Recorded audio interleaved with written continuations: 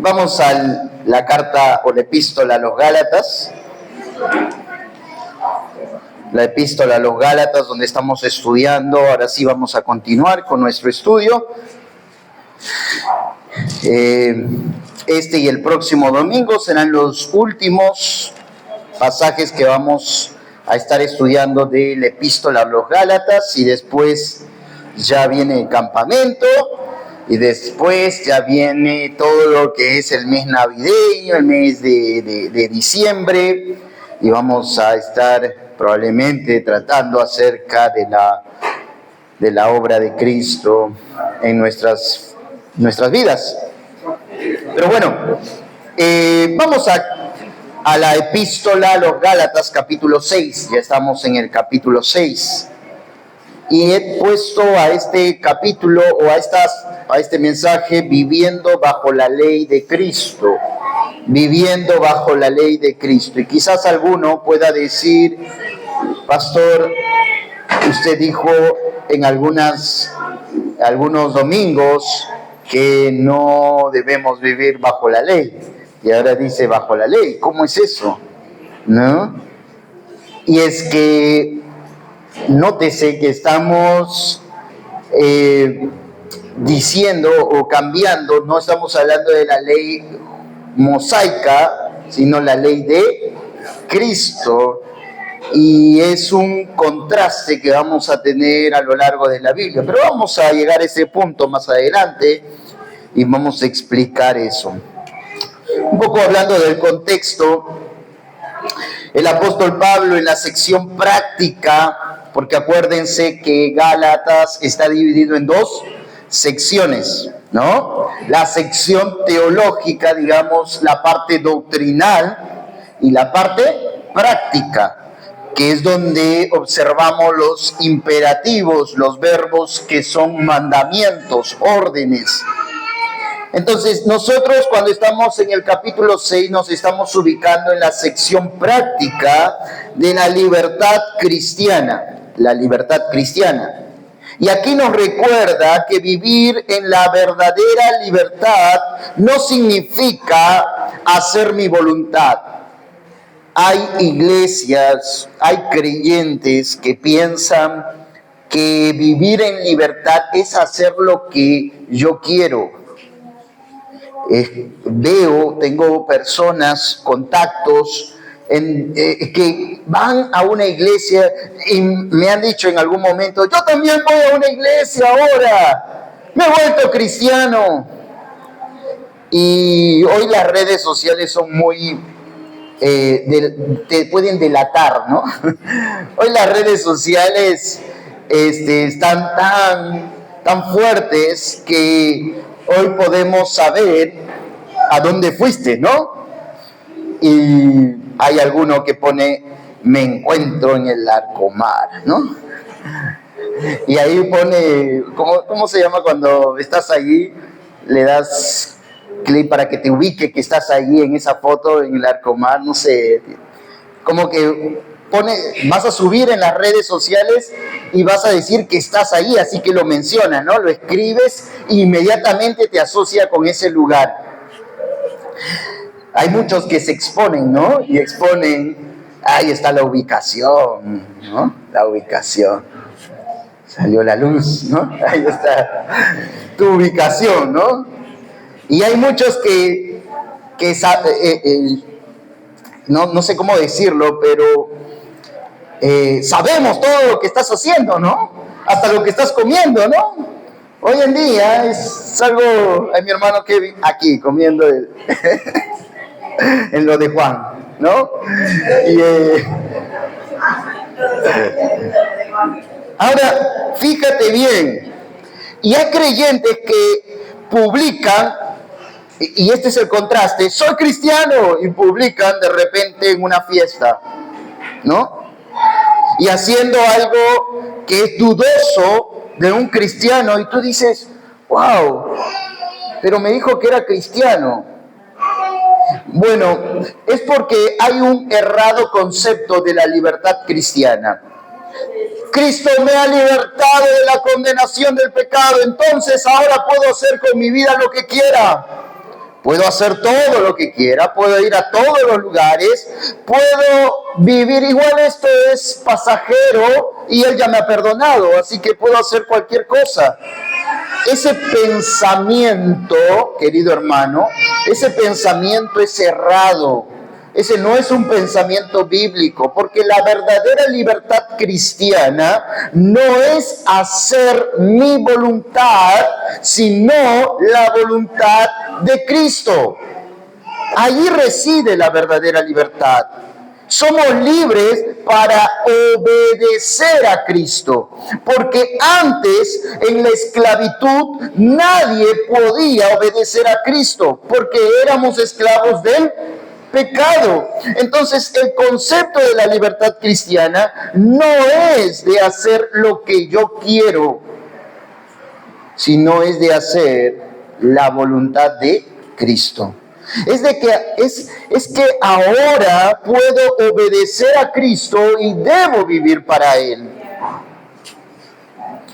Así que Pablo en esta sección, ya llegando al capítulo, en esta sección desde el capítulo 5, ha dado algunos, o nos ha exhortado a la iglesia de Galacia con algunos imperativos que me gustaría recordar. Por ejemplo, en los versículos del 1 al 15 del capítulo 5, nos ha dicho, y le ha dicho a la iglesia en primer lugar, permanezcan firmes en la libertad dada por Cristo y no vuelvan a la esclavitud de la ley. Permanezcan firmes en la libertad. Hermanos, la iglesia estaba tambaleando y estaba escuchando a los judaizantes y estaban queriendo volver a la esclavitud de la ley. Entonces Pablo les va a animar y les va a decir, no, permanezcan en esta libertad. No vuelvan a la esclavitud de los rudimentos del judaísmo. Y en los versículos 16 hasta el 26 del capítulo 5, Pablo les va a exhortar a que su conducta sea dominada por el Espíritu Santo y no por los deseos carnales. Porque los deseos carnales, ¿sí?, no van en obediencia a la voluntad del Espíritu. Y nosotros ahora somos dominados, o debemos ser dominados y gobernados por el Espíritu de Dios. Así que tenemos que comportarnos y nuestra forma de vivir tiene que ser en obediencia a la guía del Espíritu Santo. Claro, en contraposición, el Espíritu Santo está gobernando, pero lo opuesto es nuestros deseos carnales, que nos dicen que debemos hacer esto, que debemos vivir así, pero nosotros debemos obedecer al Espíritu Santo. Debemos ser gobernados por Él. Debemos dejarnos conducir por Él. Entonces, mi conducta tiene que ser dominada por el Espíritu y no por la carne. Y finalmente, en los capítulos 6, del 1 al 10, el tercer imperativo, o digamos así, asociando todo, nos va a hablar acerca del amor hacia nuestros hermanos. Que el amor hacia la iglesia, hacia mi hermano, nos lleve a la restauración y al crecimiento mutuo, al crecimiento juntos. ¿Sí? El amor debe conducirnos al perdón, a la restauración y no a la condenación. El amor debe curar las heridas de nuestros hermanos. El amor debe llevarnos a cuidar al que está afligido. Y no debemos dejar que las mentiras de las prácticas de las leyes, de la rigurosidad del judaísmo, nos contamine. Así que en esta sección vamos a entrar ahora y les invito a ponerse de pie en Gálatas capítulo 6, versículo del 1 al 10 y vamos a dar lectura. Gálatas capítulo 6, versículo del 1 al 10. Y prestemos atención a cada detalle de este versículo. Hay muchos verbos, así que ha sido un poco difícil poder ordenarlos y decir cuáles son los que van a llevar el carro aquí en este pasaje. Vamos a leer. Dice: hermanos, si alguno fuere sorprendido en alguna falta, vosotros que sois espirituales, restauradle con espíritu de mansedumbre, considerándote a ti mismo, no sea que tú también seas tentado. Sobrellevad los unos las cargas de los otros y cumplir así la ley de Cristo. Porque el que se cree ser algo, no siendo nada, a sí mismo se engaña. Así que cada uno someta a prueba su propia obra y entonces tendrá motivo de gloriarse solo respecto de sí mismo y no en otro, porque cada uno llevará su propia carga. El que es enseñado en la palabra, haga partícipe de toda cosa buena al que lo instruye. No os engañéis, Dios no puede ser burlado. Pues todo lo que el hombre sembrare, eso también segará. Porque el que siembra para su carne, de la carne segará corrupción. Mas el que siembra para el Espíritu, del Espíritu segará vida eterna. No nos cansemos, pues, de hacer el bien, porque a su tiempo segaremos si no desmayamos. Así que según tengamos oportunidad, hagamos bien a todos y mayormente a los de la familia de la fe. Amén. Oramos. Bendito Padre Celestial, nos encontramos como iglesia y como un cuerpo y aún recibiendo a los que vienen visitando para poder acercarnos delante de ti y delante de tu palabra santa, para que tu Espíritu pueda traer luz, entendimiento, claridad, y para que nuestros corazones puedan responder en obediencia a lo que tú nos estás mandando.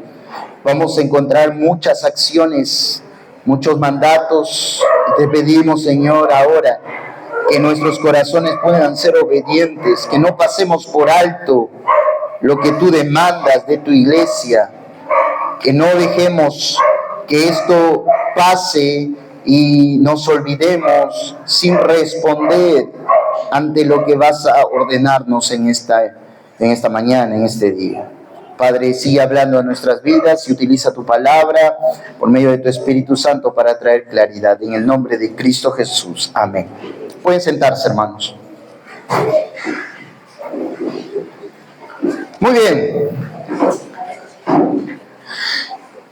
Me gusta que ya Luisito puedes ir preparando la NTV y la NBI. Y vamos a ver este texto y vamos a observar cuáles son los verbos imperativos aquí. Y me gustaría ver en primer lugar el versículo 2 antes de ir al versículo 1. Fíjate cómo termina el versículo 2. Dice: y cumplir así la ley de Cristo. La NBI nos va a dar más, digamos, exacto a la traducción griega.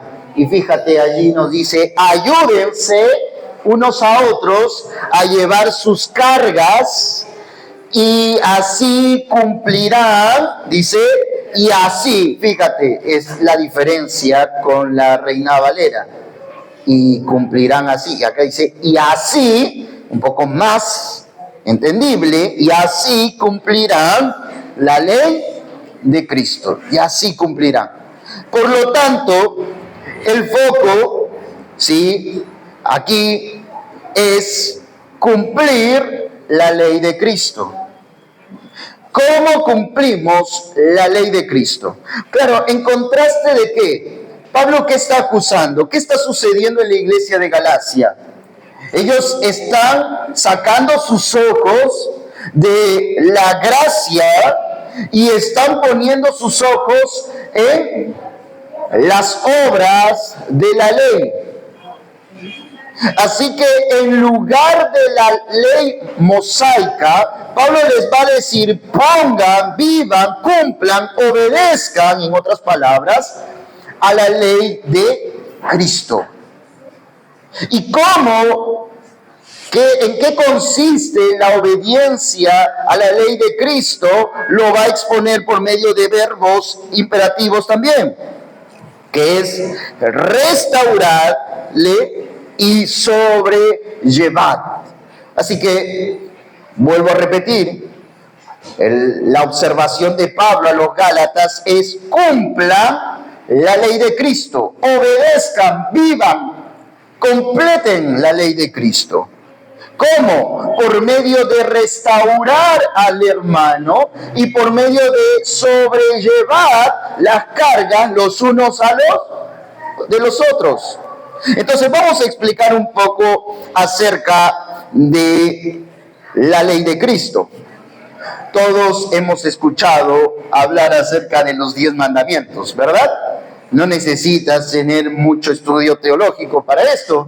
Simplemente prende la televisión en la tarde y hay una serie, no sé cómo llamarle, ¿no?, que dice los 10 mandamientos, ¿no? Así que probablemente tú busques estar a las 4 de la tarde, 5 de la tarde, prendido ahí, prendes la televisión y dices: voy a ver una serie bíblica, ¿no? Y dicen los 10 mandamientos. Bueno, has escuchado acerca de los 10 mandamientos. Este término lo asociamos con la ley mosaica, ¿verdad? La ley de Moisés. Fue dada por Moisés. Así que uno dice, la ley mosaica son los 10 mandamientos, pero en realidad la ley mosaica son muchos más mandamientos que 10. Más de 600 mandamientos que el pueblo de Israel tenía que someterse. Así que Israel debía obedecer la ley mosaica. Dios le dejó estas leyes al pueblo terrenal de Dios, al pueblo de Israel. Y hay que notar esto porque la ley está asociada, la ley mosaica está asociada con un pueblo étnico, con un pueblo nacional que es Israel. Cuidado, porque hay grupos religiosos y sectarios que dicen: tú tienes que obedecer la ley de Moisés. Pero en realidad la ley no está asociada con nosotros, sino con un pueblo étnico llamado Israel. Sin embargo, la observación de la ley había sido gravoso, es decir, la obediencia. Cuando me refiero a observación, es como el pueblo de Israel estaba observando, obedeciendo la ley. Y esto había sido gravoso, ¿te acuerdas? Había sido gravoso en los tiempos de Jesús. Especialmente por la mala interpretación de los líderes religiosos y porque se habían añadido tradiciones de hombres. Así que el pueblo estaba llevando una carga muy pesada, muy pesada. Un yugo que ellos no podían aguantar sobre sus hombros. Por ahí tengo algunos hermanos que me dicen: estoy yendo al gimnasio, ¿no? Estoy ejercitando. Y estaban hablando de peso. Sí, yo cargué 120 kilos. Nadie le cree cuando lo ve, ¿no? Pero, claro, y el otro le dice: sí, pero estabas temblando así, ¿no? Eso es la idea de un yugo que no podemos cargar. No podemos sostener y temblamos y termina cayendo por completo. El pueblo de Israel estaba siendo sometido a ordenanzas, a preceptos, a cuestiones humanas, ¿sí?, que ellos ni podían sobrellevar. Tanto así que se les contaba cuántos pasos podías dar en el día sábado, el día de reposo. Si tú dabas un pasito más, ya se te contaba como trabajo. Y por lo tanto, imagínate despertar y ni bien te despiertas y sales de la cama y vas contando los pasos. ¿Te imaginas vivir así? Y si te faltaban 10 pasos, decía, ¿a dónde me voy? ¿A la sala o al baño? Solo me quedan 10. Entonces, ¿te imaginas cómo es vivir bajo la ley mosaica, el peso que estaba haciendo, la aflicción? Ahora, frente a esto, entonces, entendemos las palabras de Jesús en Mateo 11, 28 al 30. Ahí probablemente se pueda proyectar. Mateo 11, 28 al 30. Y si no, alguien que lo pueda buscar y leer. Y vamos a ver cómo es la respuesta de Jesús a un pueblo cansado, agotado, fatigado de cargar con la ley mosaica. Ya no podía más, hermano. Estaba como ese hermano que le temblaban los brazos, ¿sí?, cuando cargaba una pesa. Así estaba el pueblo de Israel. Entonces el Señor Jesús aparece en escena. Tiene un ministerio el Señor Jesús. Va a sanar, a hacer muchos milagros.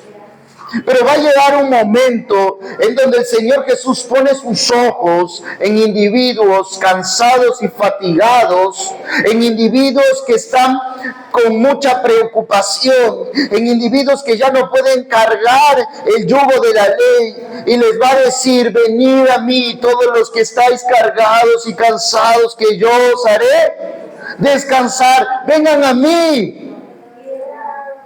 Vengan a mí, Jesús les va a decir. No vayan a la ley. La ley no les va a traer descanso. La ley no les va a traer descanso a sus vidas, a sus almas. Vengan a Cristo. Y entonces Jesús le dice, vengan a mí, les hace la invitación, porque yo les voy a dar descanso. Y entonces Jesús en el versículo 29 les dice, ¿por qué razón van a venir a Él?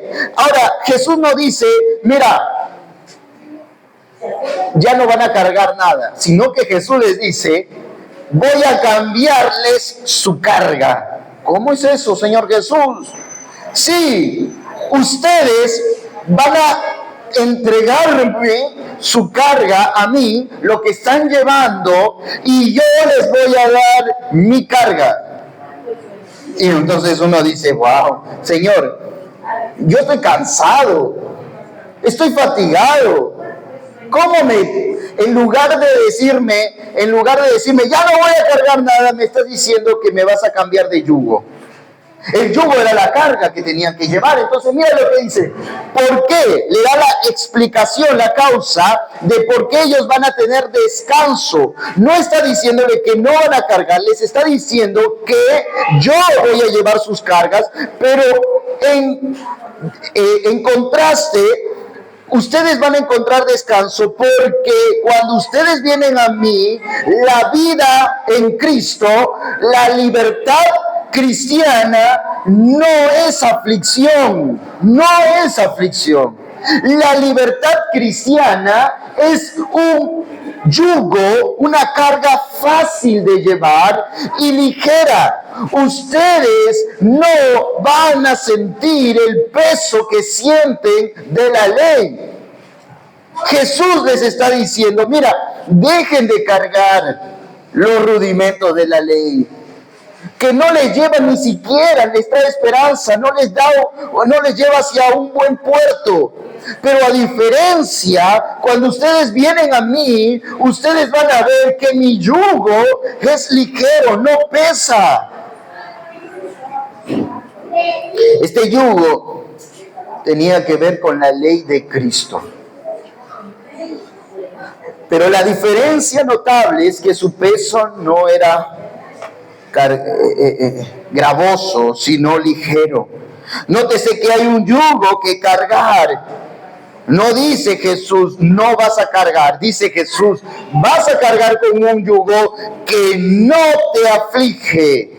Así que el yugo tiene que ver con una responsabilidad dentro de la fe cristiana. Querido hermano, el venir a Cristo demanda que tú y yo vivamos conforme a la ley de Cristo. Hay una responsabilidad en el creyente de caminar cada día en obediencia a la palabra de Dios.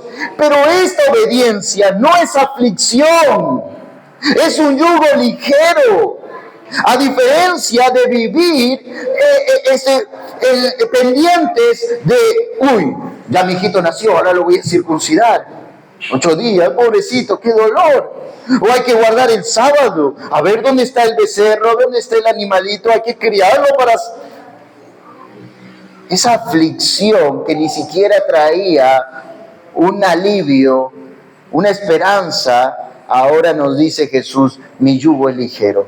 Pero hay una responsabilidad en el creyente que hay que cargar, hay que tomarlo en consideración. No podemos ignorar. Así que este es el contraste cuando yo decía al comienzo de muchos cristianos que piensan que venir a la fe de Cristo es seguir viviendo bajo el pecado. No, y piensan que no hay responsabilidad en el creyente frente a Dios.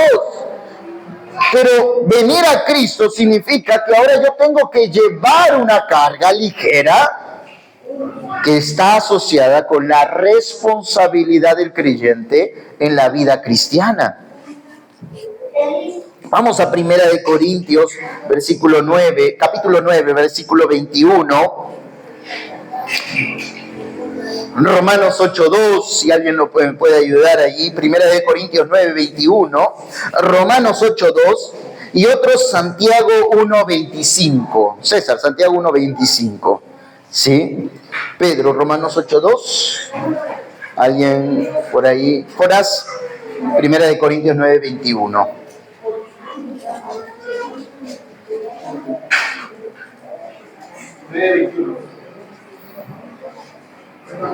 A los que están sin ley, como si yo estuviera sin ley, no estando yo sin ley de Dios, sino bajo la ley de Cristo, para ganar a los que están sin ley. Pablo nos habla acerca de la ley de Cristo y nos dice, yo estoy bajo la ley de Cristo. Nótese, no bajo la ley mosaica. Así que Pablo, el mismo que escribió Gálatas, tiene uniformemente un concepto que va a transmitir a los corintios, pero también a los de Galacia, la ley de Cristo. Vamos a Romanos capítulo 8, versículo 2. Porque la ley del Espíritu de vida en Cristo Jesús me ha librado de la ley del pecado y de la muerte.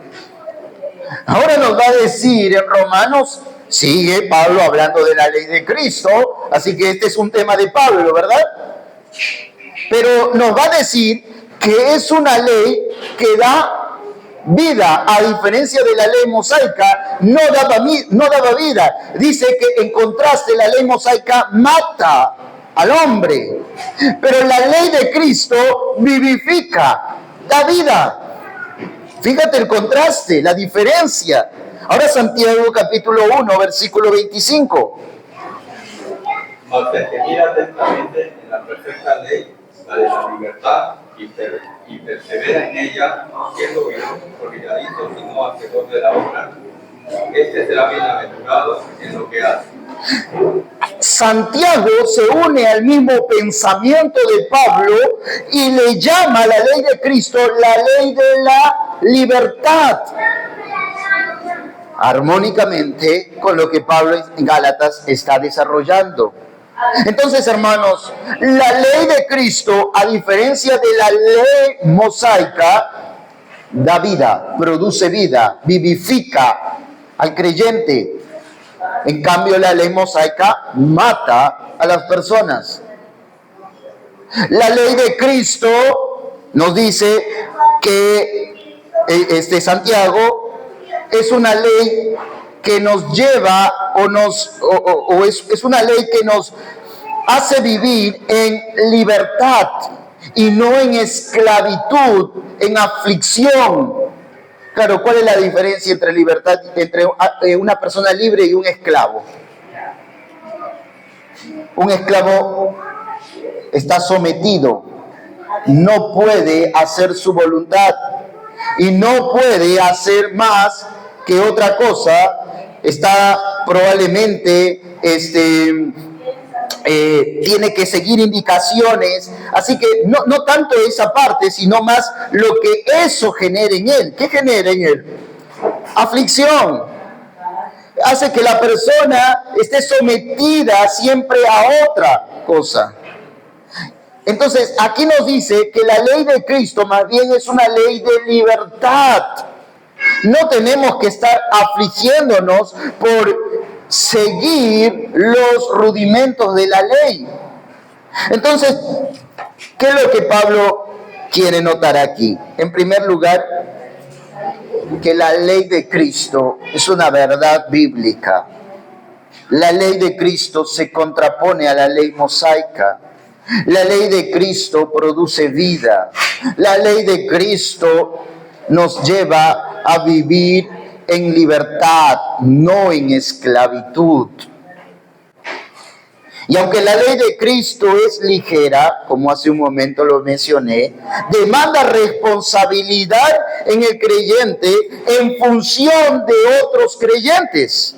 Es decir, nuestra responsabilidad, si bien es delante de Cristo, el objeto a quien nos direcciona la ley de Cristo es con los que nos rodeamos, con el cuerpo, con otros creyentes, es decir, la iglesia de Cristo. ¿Qué le dijo? ¿Cómo podemos identificar esta ley de Cristo en esa dirección de los unos a los otros, o del cuerpo de Cristo, o de vivir mutuamente? Vamos a Juan capítulo 13, versículo 34. Juan 13, 34. Vamos buscando algunos versículos. Edgar. Juan 13, 34. Santiago 2:8, Mano Luis. Santiago 2:8. Sí, por favor. Un mandamiento nuevo os doy, que os améis unos a otros, como yo os he amado, que también os améis unos a otros. Esto es la ley de Cristo. Un mandamiento nuevo os doy. ¿En qué consiste el cumplir con la ley de Cristo? En amarnos los unos a los otros. Santiago capítulo 2, versículo 8.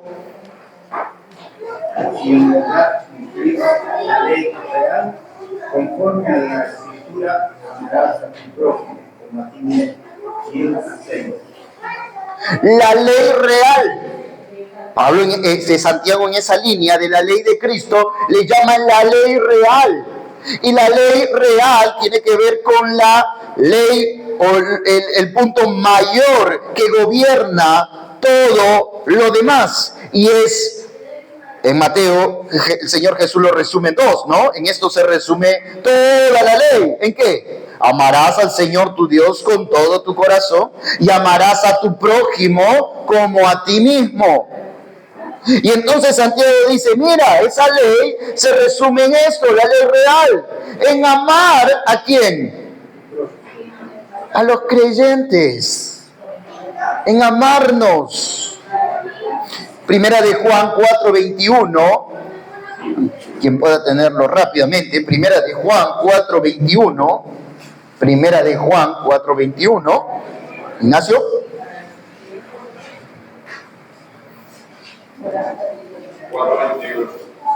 Y nosotros tenemos este mandamiento de que el que ama a Dios, ame también a su hermano. Fíjate la relación, pero es un mandamiento. Entonces fíjate, este mandamiento no es gravoso.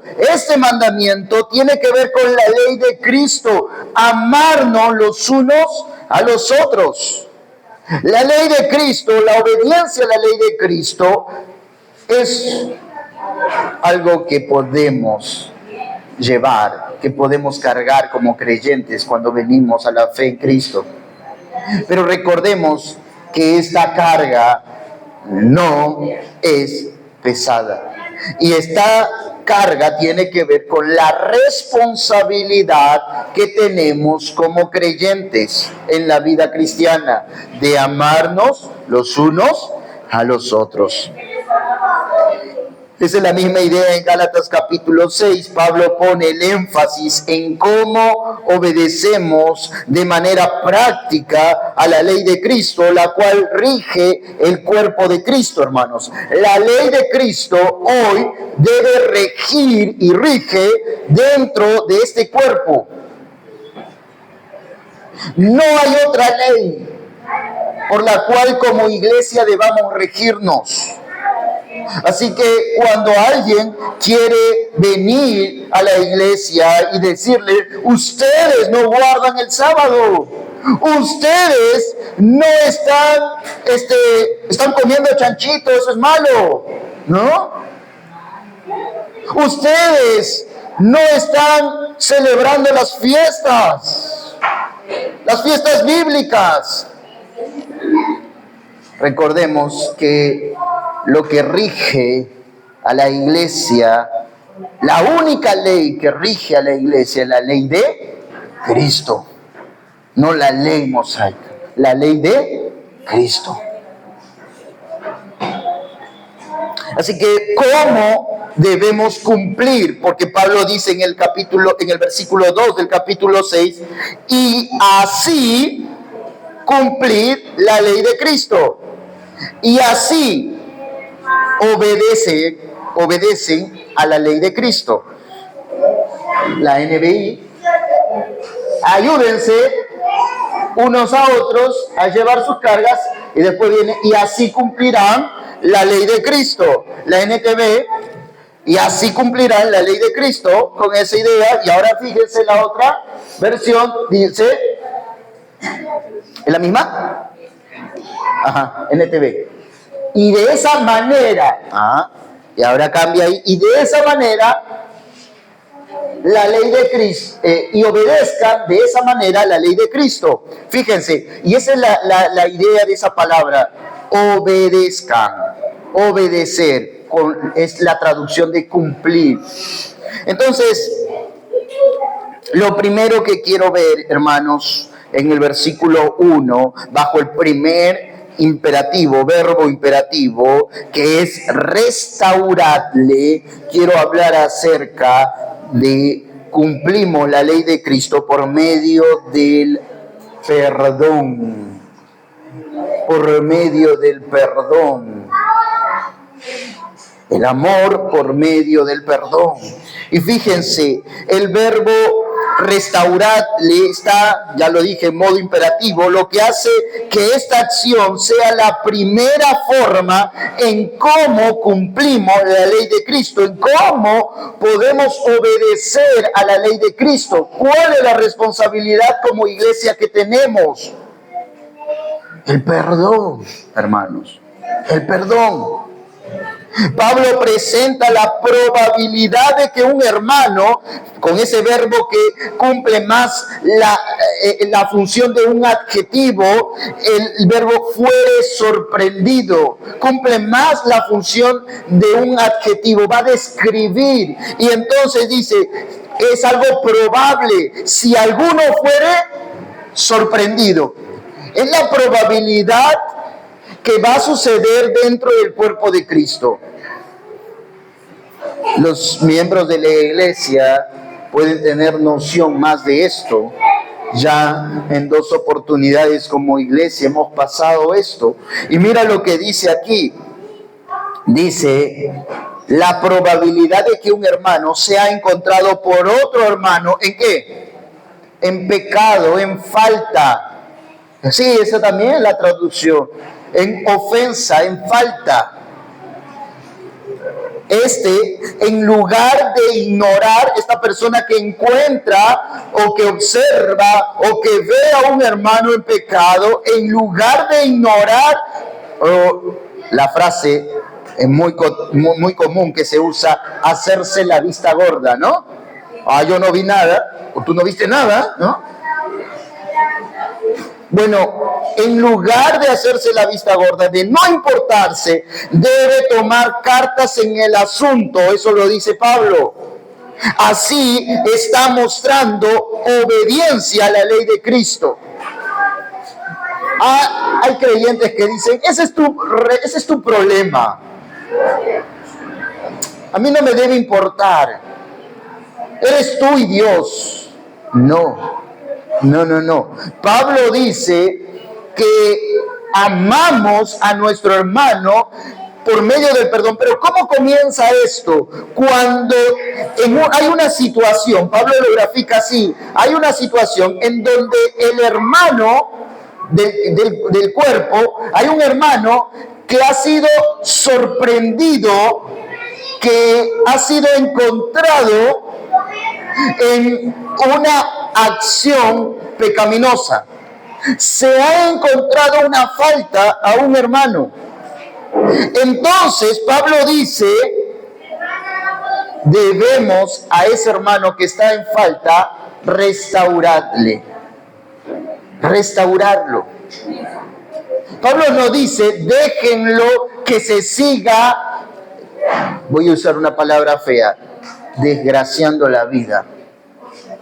Pablo no dice, déjenlo al abandono a ese hermano. Pablo no dice que se pierde ese hermano, sino dice, si alguno entonces encuentra o ve a un hermano en un pecado, en una falta, debe restaurarlo. Ahora, nótese algo más. Fíjense esto. Hay pronombres que han venido siendo en singular, ¿verdad? Como por ejemplo, si alguno, ¿no? Alguno. Pero fíjate después, el segundo pronombre está en plural. Vosotros. Yo siempre le miro a mi hermano para ver si gramática de repente algo me corrige ahí nomás, ¿no? Pronombre está en plural. Vosotros. Ahora, esto me llamó mucho la atención. ¿Por qué? Porque dice, un individuo encuentra a un hermano en una falta, ¿no? Pero fíjate, la restauración no recae sobre este individuo. La restauración cae sobre un colectivo, vosotros. No sobre un individuo que ha encontrado. Hay gente que dice, no, yo ¿por qué tengo que decirle a la iglesia? ¿Por qué tengo que decirle al pastor? Porque la restauración solo es posible por medio del colectivo. No, yo me siento entonces con ese hermano y lo restauro. No. Vosotros recae en el plural. Recae en el colectivo de la iglesia, pero especialmente ¿en quién? Y acá viene el adjetivo. ¿Cuál es el adjetivo? ¿Vosotros que sois? Entonces, ¿sobre quién recae esta acción de restauración? Sobre el colectivo espiritual, que tiene que ver, en realidad, la palabra espiritual con personas que viven conforme a la ley de Cristo. En otras palabras, personas que son dominadas por el Espíritu en su accionar, en sus palabras, y no personas que están luchando con la carne y que son gobernados por la carne. No personas que cuando escuchan algo comienzan a atacar y a hablar de una manera descontrolada. Claro, porque en la iglesia tenemos de todo, ¿no? Y hay una reunión y de repente alguien, no, a mí no me parece. Y son llevados dominados en lugar del espíritu por la carne. Bueno, sobre ellos no recae la restauración. La restauración recae sobre un colectivo espiritual de la iglesia. Ahora, cuando nosotros vemos ese colectivo espiritual de la iglesia, vamos a observar que la Biblia constantemente habla de ancianos. Ancianos. Los líderes espirituales.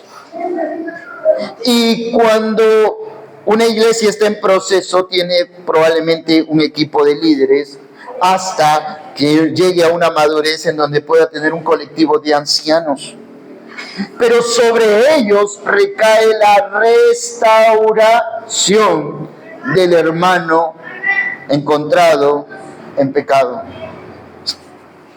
Así que Pablo está aclarando esto y está diciendo, mira, vosotros, dice, hay un equipo, hay un colectivo que tiene la característica, que tiene esta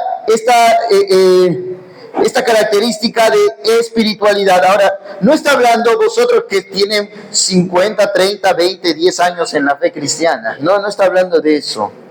Sino cuya conducta es controlada por el Espíritu. ¿Sí?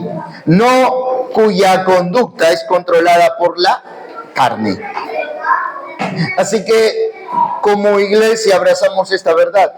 Y creemos que Dios pueda añadir a este cuerpo personas espirituales. Y ustedes, el deseo es que conforme vayan creciendo, su conducta, su andar sea dominado por el Espíritu Santo. Pero entendamos esto, hermanos. Nuevamente el orden. Alguien observa un pecado, alguien encuentra a alguien en un pecado, la acción correcta no es pasar por alto, no es dejarlo, tú te verás con el Señor, no, sino es llevar esto, hablar con el hermano, ¿sí? Y decirle, mira, esto necesito hablar con la iglesia, necesito hablarlo con el pastor, necesito hablarlo y él sabrá qué decisión tomar. ¿Qué acción tomar? Ahora, hay cuestiones que, según Mateo 18, pueden ser tomados de manera personal. Pero hay situaciones en donde no, porque aquí lo que está mostrando es la necesidad de que este hermano sea restaurado. Y la idea de restaurarlo, que ahora voy a llegar, es de reparar algo que está roto. Escúchame bien, hermanos. El pecado que denota aquí ha causado una ruptura. Y una ruptura nunca va a ser algo que uno pueda decir, a ver, imagínate, ¿no? Yo salgo y acá con una camisa rota aquí, ¿no? Y todos, hermano, ¿por qué me ven todos, no? Y acá tengo está roto, sin parchar, abierto. ¿Tú me ves con normalidad? ¿Estoy normal? No, algo no está normal. Algo de repente comienza a generar esto y lo que vas a decir es, ¿me vas a dejar andar así? De repente ni me di cuenta, estoy predicando y acá. Entonces me vas a llamar y me vas a decir, pastor, está rotito, le coso la caja. Entonces, es decir, no va a ser algo normal que vas a pasar por alto. Probablemente la persona no se haya dado cuenta y le vas a ir a esa persona y le vas a decir, probablemente no te has dado cuenta, pero tienes la camisa rota, ¿no? Entonces, esa persona sabrá, ahora le estás ayudando para que esa persona no se quede con esa camisa, ¿no? Bueno, en la vida cristiana, en el cuerpo de Cristo, no pasemos por alto cuando un hermano está en una falta. Ese hermano necesita ser reparado, necesita ser restaurado. Y solo va a ser cuando yo llevo esta carga, esta situación, esta falta, este pecado ante las personas que deben restaurar a esta persona. Pero algo más. El verbo dice restaurarle, pero hay otro verbo que cumple también la función de un adjetivo. ¿Cómo debo restaurarle? Ahora, este cuerpo colectivo, estas personas, por ejemplo, puede ser que la persona que haya encontrado a este hermano sea parte de ese cuerpo colectivo. Pero la pregunta es, ¿cómo vamos a restaurarle a ese hermano caído? A ese hermano que está con una falta, a ese hermano que ha caído en el pecado. ¿Cómo? ¿Cómo? Y dice el verbo que cumple también la función de adjetivo, dice primero con espíritu de mansedumbre, y luego dice considerándote a ti mismo. Y esta es la idea contraria a veces de alguien que ve a un hermano que ha cometido pecado y dice, ay, ese para haciendo toda la vida esas cosas, ¿no? ¿Por qué no es como yo? Que nunca, yo jamás voy a caer en eso. Esa actitud de orgullo no debe haber en la restauración, sino que aquí considerarte tiene que ver con el momento de ejercer la disciplina, tiene que ser con temor, teniendo cuidado, es la idea, en cómo vemos el pecado.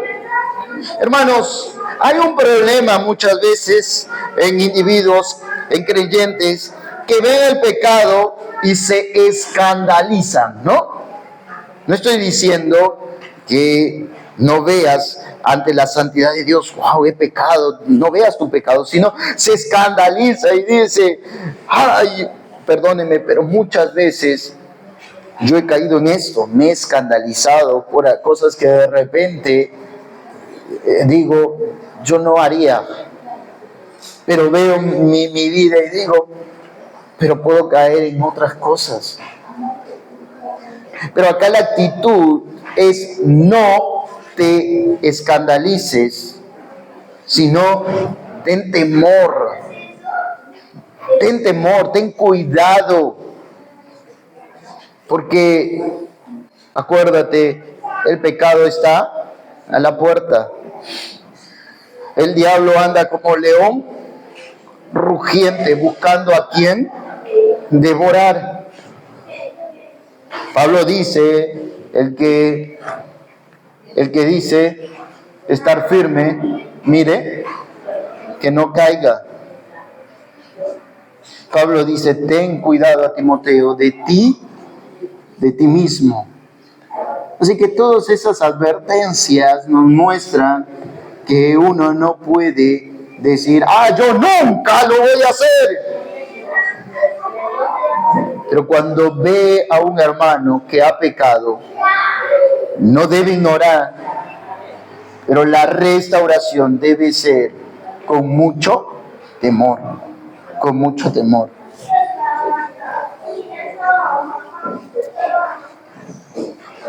La advertencia está para que no seamos insensibles ante el pecado de nuestros hermanos, pero tampoco para que no veamos al hermano como algo, o el pecado del hermano como algo que no me puede pasar a mí. Puede ser que alguno se oponga incluso a restaurar y diga, no, ya nos hemos cansado de ese hermano. No queremos restaurar a ese hermano, porque cree que ha cometido una falta imperdonable. Eso no se puede perdonar como iglesia. Así que alguien salga ahí, ¿no? Dominado por la carne. Sin embargo, la restauración significa remendar algo que está roto, no algo que está por romperse, sino algo que ya está roto. La intensidad de la falta, de cómo el pecado puede generar en nuestra vida una ruptura. Incluso, hermanos, cuando uno ve Mateo, por el capítulo 12, va a observar que hay una espiral, y fíjate, dice que cuando un demonio sale, ¿no? Sale de la casa dice está limpia, pero este demonio se va a rondar y dice, ahora ¿dónde voy? ¿No? Y llama a otros 7, cuando vuelve, ve la casa limpia, llama a otros 7 y dice, entremos aquí, ¿no? Entremos aquí. Y el estado postrer de este hombre no es menor al que ha sido, sino dice que es mayor. Hermano, esto es lo que hace el pecado en nuestras vidas. Nos degrada. El pecado termina degradando al hombre, al ser humano, su dignidad.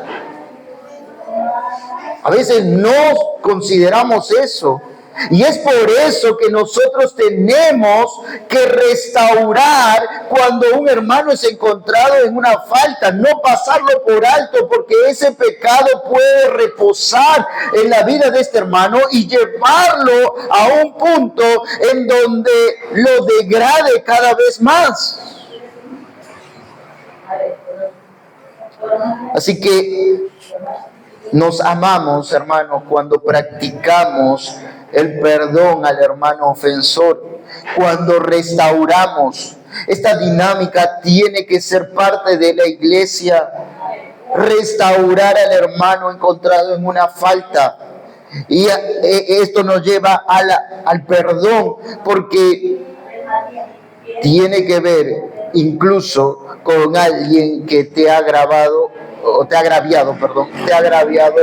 a ti. Y tú tienes que restaurarlo. Y lo haces por medio del perdón. Pero también, hermano, no solamente amamos por medio del perdón, amamos por medio del cuidado. Así que el segundo verbo es, versículo 2,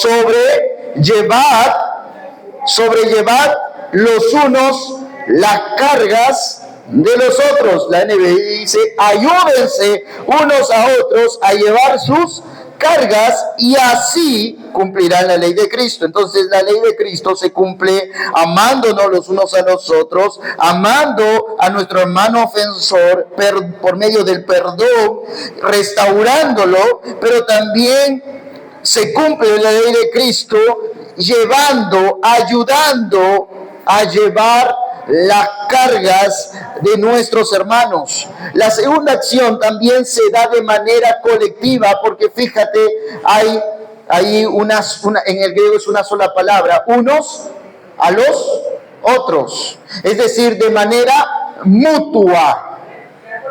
Así que no está hablando de algo individual. Y esto nos sigue mostrando, hermanos, el valor de la iglesia. La importancia de congregar y de ser parte de la iglesia. Porque la restauración solo se da en el ambiente o en el contexto de iglesia. Pero también el sobrellevar las cargas, el ayudarnos mutuamente, se da en el contexto de iglesia, de manera colectiva. Ayúdense unos a otros. Así que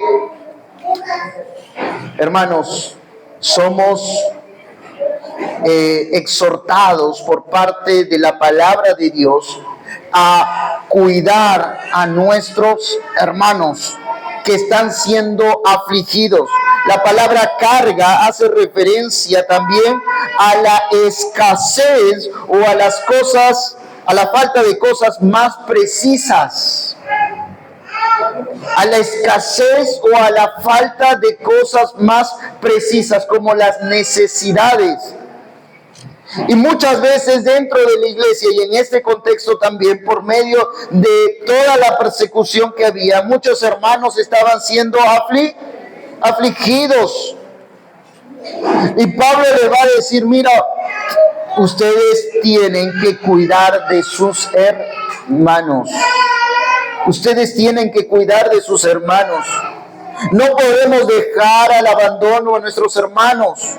Los amamos cuando cuidamos de los necesitados de la iglesia, cuando velamos por las necesidades básicas de alguien que está pasando aflicciones. ¿Qué hacemos si alguien se quedó en la calle y tú tienes un lugar? ¿Qué hacemos? ¿O qué debemos hacer?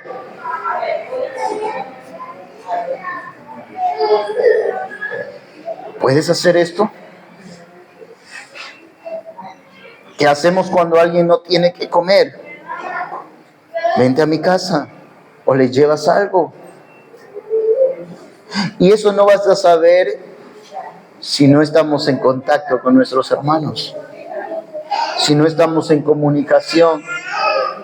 Pero también debemos entender que esto es parte de los procesos de Dios, así que debemos no mirar como, ay, yo me van a ver.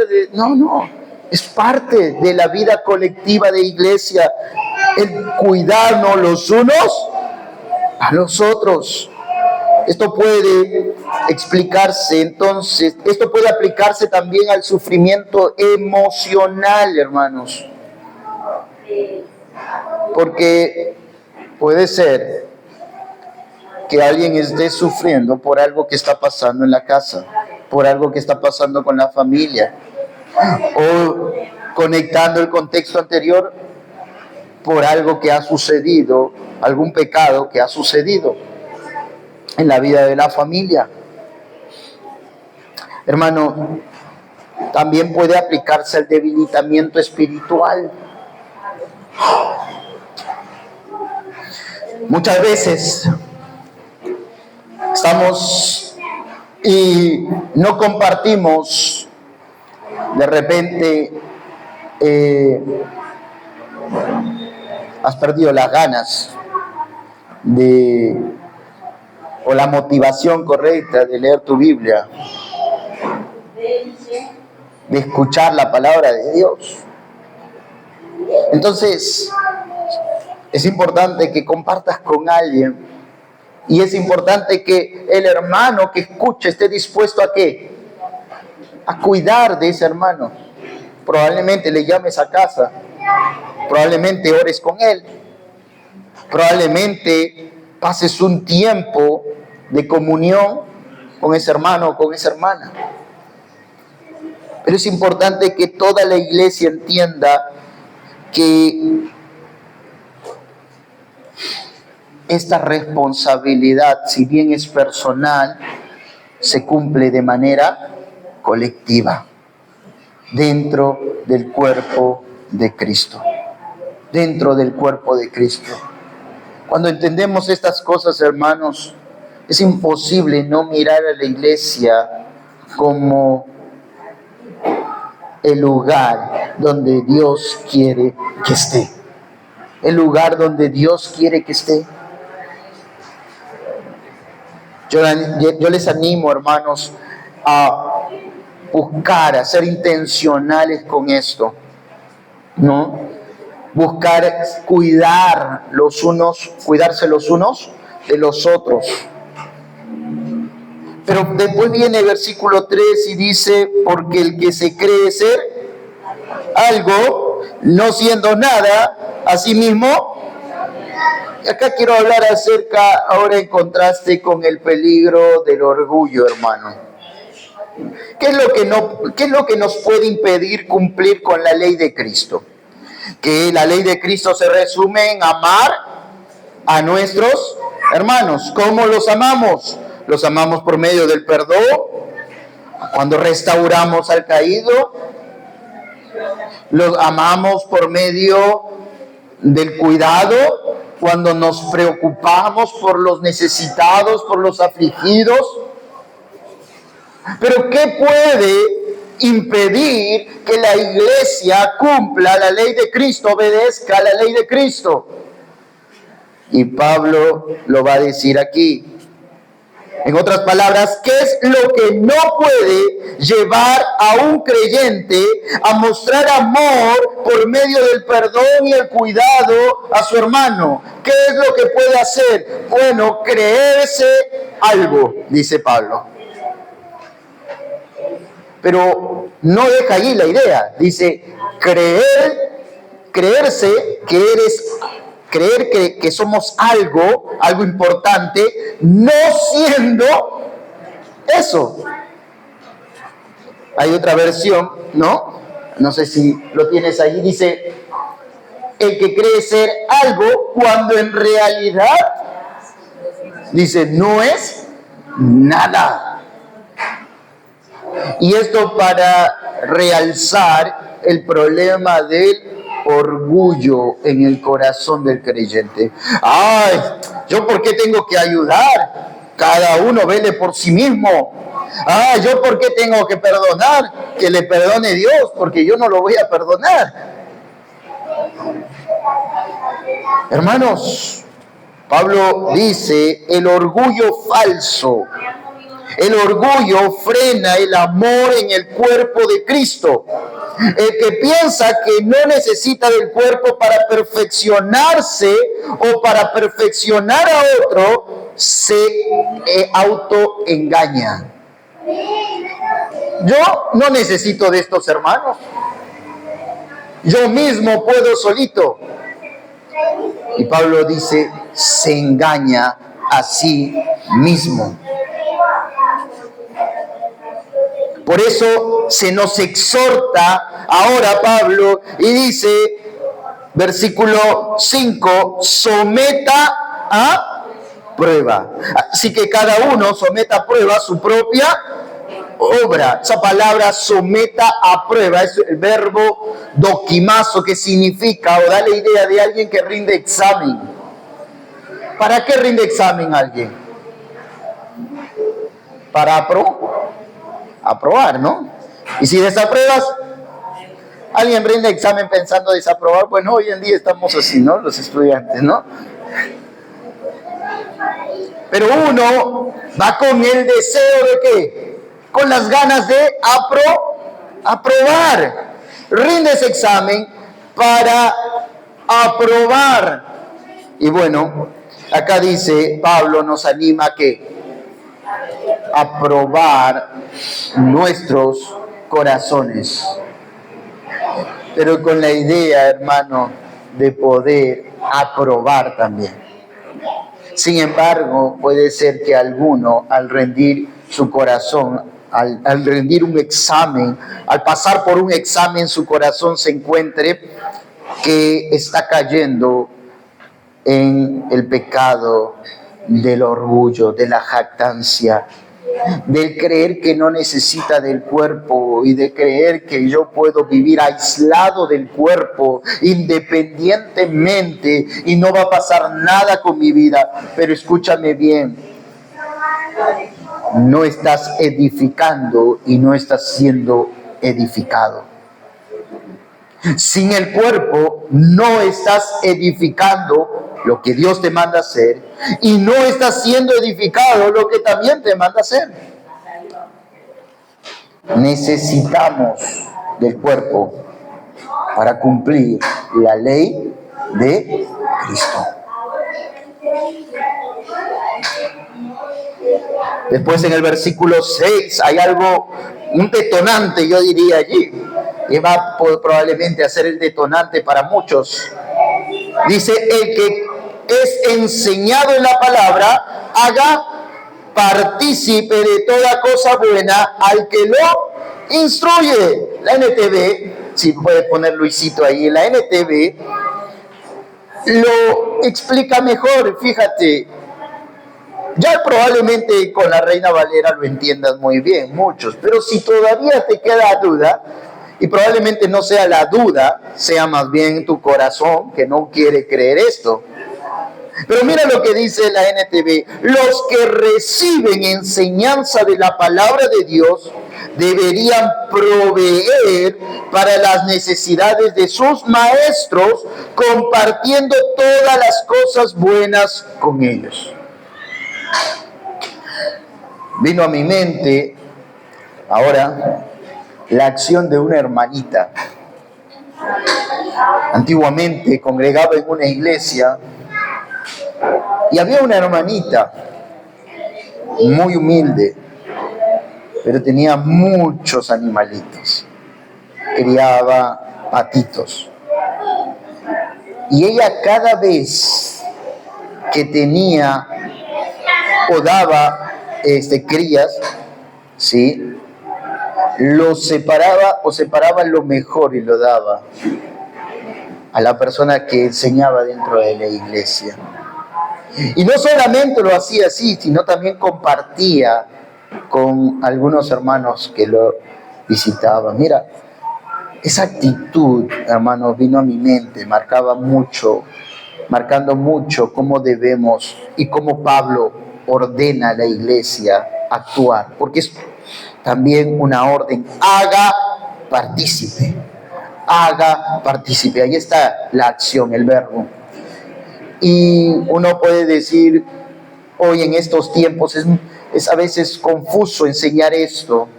Créanme que para mí me cuesta decir esto, pero no porque no sea verdad, sino porque está plagado la sociedad y hasta el cristianismo, las religiones, donde pastores buscan beneficios personales, ¿verdad?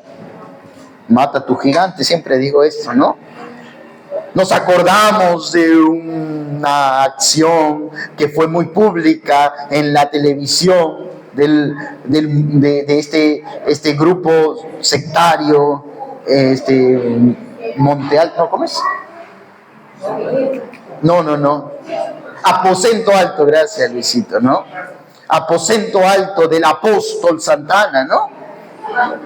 Que quería invadir el estadio de Alianza Lima, ¿se acuerdan? Esto fue televisivo. Y comenzaron a entrevistar a las personas y encontraron que las personas habían sido engañadas porque les decían, había un speech, ¿no? Había no sé para qué me meto a hablar inglés, me van a corregir, pero había una expresión que se estaba, con la que se estaba persuadiendo a las personas. Y les decía: mata a tu gigante, porque solo así vas a tener victoria. Y fíjense, y decían, cada gigante valía $1,000. Así que, ¿a cuántos gigantes tuyos quieres matar? Y había hecho comercio con esta falsa enseñanza. Entonces estamos plagados de estas cosas, que hablar acerca probablemente de una verdad bíblica traiga confusión. Sin embargo, tenemos que entender que la verdad proviene de la palabra de Dios, no del engaño de los falsos maestros.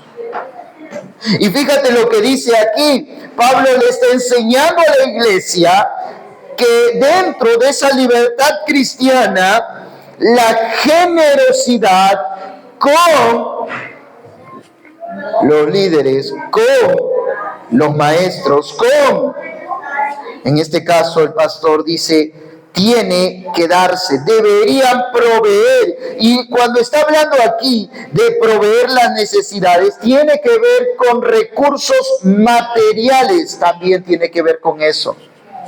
Mientras que al inicio recibe enseñanzas, tiene que ver con recursos espirituales. Y esa es la enseñanza de Pablo a los Gálatas en este versículo.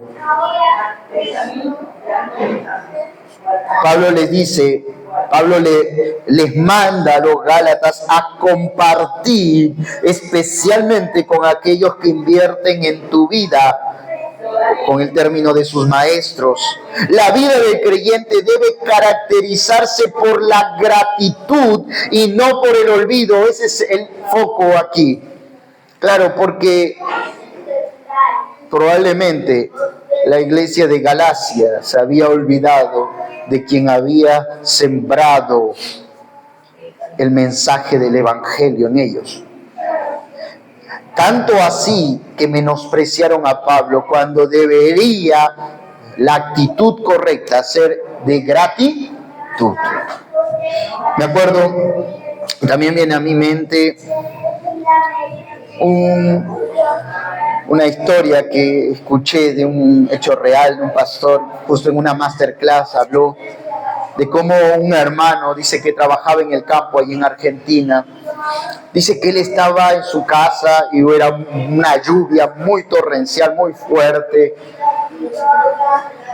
y alguien dice en plena lluvia le toca la puerta, y este hermano, este pastor, abre la puerta, pero cuando va a abrir la puerta dice, ¿quién será con tanta lluvia? Los que han pasado por ahí o han visto que Argentina tiene unas lluvias también torrenciales, fuertes. Y él dice, ¿quién será con todo esto, no? Y llega un hermano en su bicicleta y le trae lo que había separado de un asado, no me acuerdo bien lo que le trajo, le dijo, pastor, esto pasa, le he traído unas cositas, dice que era bastante, y el pastor dice, me sentí muy indigno de esta muestra de amor y de entrega. Este hermano había pasado por medio de la lluvia, se había mojado, solo para traerme esto. Hermanos, esto es lo que Pablo está mostrando. Este hermano probablemente había entendido bien esto. Yo no he hecho mucho, pero sí, algo que he puesto en mi corazón es ser agradecido con las personas que invirtieron en mi vida. Y me acuerdo que cuando fuimos con mi esposa, tuvimos la oportunidad, justo fue en pandemia. Y Dios nos dio la oportunidad, me acuerdo en ese tiempo los que estuvieron, de hacer cosas para levantar recursos para las mochilitas de los niños, ¿se acuerdan? No sé si algunos se acuerdan. Y me acuerdo que dije y pensé, yo tengo 3 años, he compartido con un pastor ahí en Argentina. Y fue esos 3 años la persona que Dios usó para trabajar en mi vida, en mi carácter, en muchas cosas. Como argentino, Dios trabaja en el carácter de uno. Pero me acuerdo que dije, voy a separar esto. Justo ellos no podían tener hijitos y después de muchos años tuvieron 3, hoy tienen 3. ¿Cómo es, no? El Señor. Y yo dije, voy a separar, en ese tiempo tenían 2, después vino el tercero, voy a separar para sus 2 hijos. Y me acuerdo que llegó la pandemia y cruzamos hasta Argentina, llegamos a Argentina, se van a cerrar la frontera, estábamos con todo ese miedo, pero queremos llegar a Monte, queremos llegar al lugar donde estudiábamos, IPA, y ahí estaba viviendo este pastor, y me acuerdo, aunque sea vamos a conocer por fuera. Claro, teníamos la intención, o la familia tenía la intención de conocer aunque sea por afuera, ya que se había cerrado, pero mi intención en mi corazón era llevarles ofrenda a ese pastor. Hermanos, qué importante es entender y aplicar este texto, al igual que todo lo demás. Y dice Pablo allí, se nos manda en el contexto de iglesia, los creyentes, ser generosos y compartir de las bendiciones materiales con nuestros maestros, con aquellos que invierten su tiempo y recursos para enseñarnos, instruirlos en la fe cristiana. No te olvides quién te compartió el Evangelio, cómo llegaste a la fe cristiana. No te olvides, sé agradecido. Nosotros como familia tenemos también un pastor a quien muchos años ha estado a veces invirtiendo su vida y muchas veces sin tener un recurso, ¿no? Y a veces tenemos que ver a esas personas para ser agradecidos. Y termina diciendo con esto, versículo 7 al versículo 10, no os engañéis. Ahora hay un imperativo, pero hay un artículo negativo, no os engañéis. Dios no puede ser burlado, pues todo lo que el hombre sembrare, eso también. Y Pablo dice, utiliza la ley de la siembra y la cosecha. Hermano, tú siembras papa, no vas a recoger, no pretendas recoger plátano, ¿no? ¿O quién hace eso? Lo que siembras, eso vas a cosechar, recoger. Así que si tú siembras la obediencia a la palabra de Dios, dice la Biblia, que el que honra a Dios será honrado. Hermanos, no os engañéis. En otra traducción, vas a ver en la NTV, dice no se dejen engañar. Esa es la idea en el original. No se dejen engañar. Nadie puede burlarse de la justicia de Dios. Siempre se cosecha lo que se siembra. Y tiene que ver, no te dejes engañar en el contexto de los judaizantes, de los falsos maestros que estaban llegando a la iglesia con mentiras, con falacias, con historias bonitas que estaban fascinando. Pablo lo dice, ¿quién os hipnotizó para que ustedes dejen la libertad cristiana, la ley de Cristo, y comiencen a observar la ley mosaica, la ley que no trae vida, la ley que mata? Y entonces Pablo dice aquí con este imperativo, no os engañéis, no se dejen engañar, hermanos, no se dejen engañar, no te dejes engañar. Hay gente hoy que está rondeando tu casa, tu vida, y quiere engañarte. No te dejes engañar. Pero acuérdate de esto, que si tú escuchas el engaño de Satanás, la mentira del pecado, Dios no puede ser burlado. Va a traer Dios su justicia también en tu vida. Mira, tienes la misericordia y la gracia de Dios por un lado, por medio del cuerpo, o el contexto colectivo de la iglesia, restaurando al hermano, cuidando al hermano, pero por otro lado tienes ahora la contraparte, la justicia de Dios. Dios no puede ser burlado y necesitamos saber esto. Dios, hermanos, va a aplicar su justicia cuando el hombre decide persistir en el pecado. Así que Pablo advierte que si se mantienen en esa dirección errante, en el estado de engaño por los falsos maestros, van a cosechar la justicia de Dios, la disciplina de Dios. La falta de arrepentimiento, querido hermano, o la dureza del corazón es fruto de la carne y no del espíritu. Y esta termina con la destrucción física.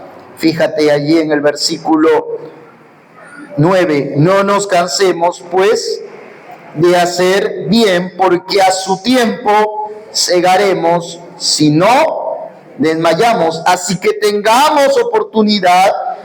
según tengamos oportunidad, hagamos bien a todos y mayormente a los de la familia de la fe. Se nos anima, hermanos, a no cansarnos. Yo sé que en la vida cristiana muchos pasaremos por momentos de cansancio, pero Pablo le dice, no os canséis, esfuérzate en obedecer y cumplir la ley de Cristo, la que rige, la que te hace responsable. tienes una responsabilidad con Dios y tienes que obedecerla.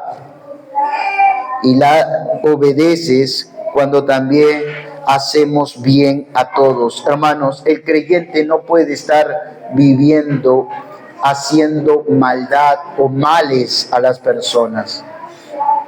Es triste cuando, no sé si acá hay comerciantes, pero en el mundo, mira, la otra vez estaba viendo ahí, prendí las noticias, o no sé qué era, pero había una persona yendo a los puestos de los mercados y ponía allí, ella iba con una pesita, ¿no? Que tenía un peso allí, para la redundancia, y ponía en la balanza, ¿no?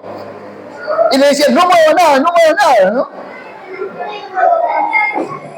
Por ahí algunos se hacían los locos, ¿no? Ponían otras cosas ahí para que no les delatara el peso. Pero qué triste cuando hay creyentes que viven de esa manera también, ¿no? Haciendo el mal a los otros, robando el peso, ¿no? Como se dice allí. Entonces, sea lo que sea, en el contexto donde estés, hermano, siempre recuerda, hagamos bien a todos y mayormente a los de la familia de la fe. Vivamos en el temor de Dios, actuando con justicia. Pablo le exhorta entonces a una iglesia, ya resumiendo, que quería volver a la ley mosaica, a no dejarse engañar, por el contrario, debía vivir en obediencia a la ley de Cristo, amando a Cristo y a su iglesia por encima de todo. Esto es posible porque Cristo, hermanos, esto es posible, vivir bajo la ley de Cristo, en obediencia a la ley de Cristo, es posible porque Cristo cumplió con la ley. Porque Cristo es el cumplimiento de la ley. Romanos 10:4, cito, y Efesios 2:13 al 16. Pablo nos dice en Romanos 10:4,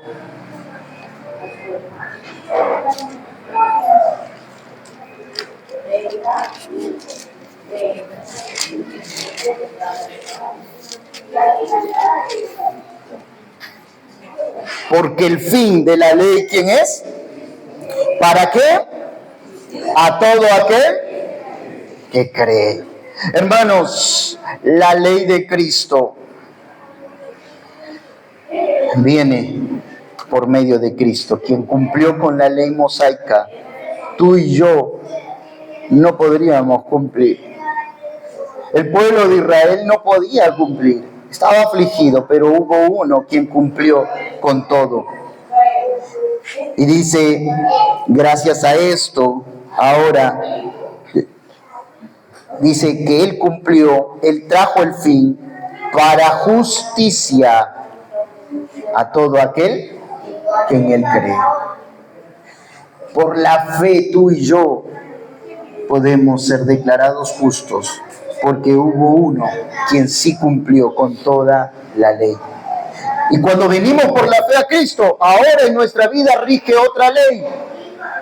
Ya no la ley mosaica, ya no la ley que Cristo cumplió, sino ahora la ley de Cristo. Efesios 2:13 al 16, y termino con esto ya. Efesios 2:13 al 16 dice: pero ahora, en Cristo Jesús, vosotros que en otro tiempo estabais lejos, habéis sido hechos cercanos por la sangre de Cristo, porque Él es nuestra paz, que de ambos pueblos hizo uno, derribando la pared intermedia de separación, aboliendo en su carne las enemistades. Y fíjate qué es lo que continúa diciendo: la ley de los mandamientos expresados en ordenanzas. No necesitamos volver a la ley de los mandamientos del Antiguo Testamento, porque hubo uno quien en su propia carne abolió esa ley. ¿Para qué?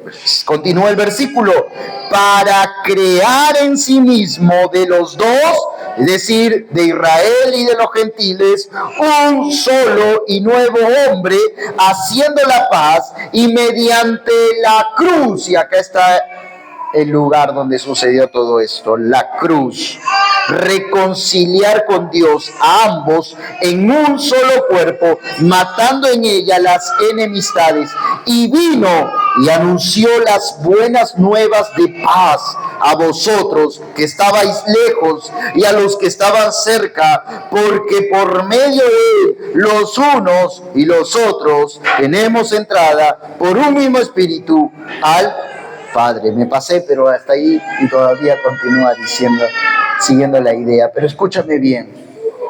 Cristo abolió la ley de los mandamientos. Nosotros, por medio de esa cruz, por medio de esa sangre, por medio de la fe en Cristo, entramos a una nueva relación con Él, para vivir bajo la ley de Cristo. En palabras de Jesús se resumen: amar a Dios por encima de todo y amarnos los unos a los otros. Que esto pueda regir nuestra vida cristiana, dentro de un colectivo que es la iglesia local, la iglesia de Cristo. Necesitamos vivir en ese colectivo, hermanos. Oramos al Señor.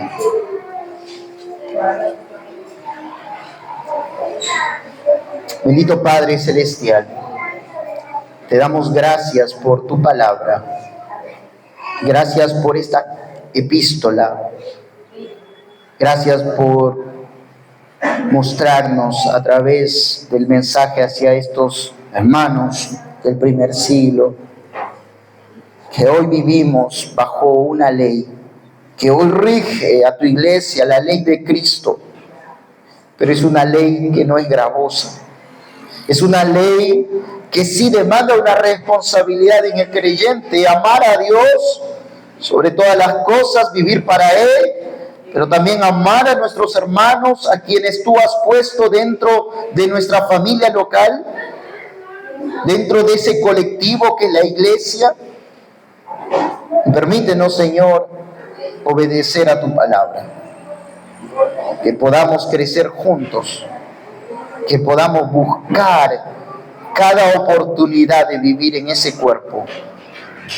Y se nos presenta esta oportunidad pronto a través del campamento, de poder estar juntos como familia en la fe, y que podamos, Señor, como iglesia, unirnos en este propósito. Señor, si algún hermano es encontrado en alguna falta, que ahora cambie nuestra actitud, nuestra forma de ver, con temor, humildad, no pasando por alto el pecado, pero sí mostrándole el amor para perdonarlo y restaurarlo, porque así somos edificados y seguimos perfeccionando al cuerpo de Cristo. Señor, ayúdanos a tener una actitud de humildad y no de orgullo. Permítenos, Señor, seguir viviendo en este colectivo de tu iglesia. En el nombre de Cristo Jesús. Amén.